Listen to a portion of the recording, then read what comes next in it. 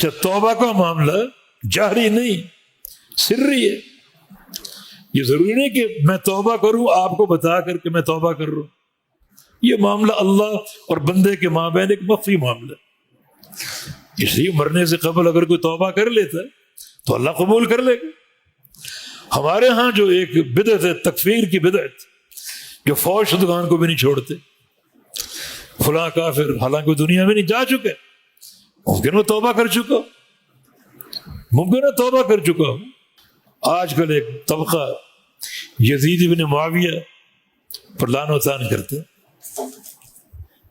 ہم اس کی زندگی سے ہم بحث نہیں کرتے، تاریخ کا معاملہ اللہ بہتر جانتے.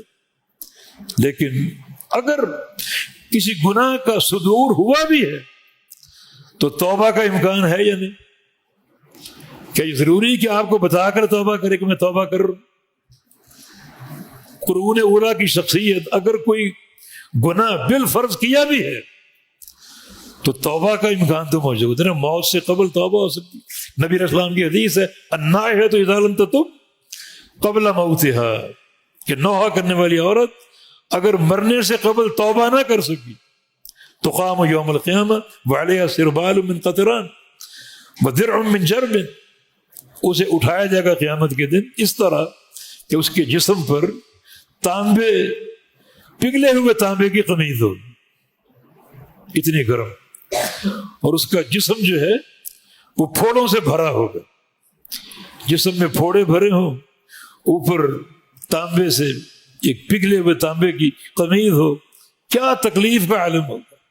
نوحہ کرنے والی عورت اگر موت سے قبل توبہ نہ کر سکی یہ اس کو عذاب ملے گا. تمہارا موت سے قبل توبہ کا دروازہ کھلا ہے، اور ہم خواہ بالخصوص فوج شدگان کے بارے میں ایسی باتیں کریں جو بالکل شریعت کے مقاصد کے بھی خلاف ہے اور جو شریعت کے رموز ان کے بھی خلاف.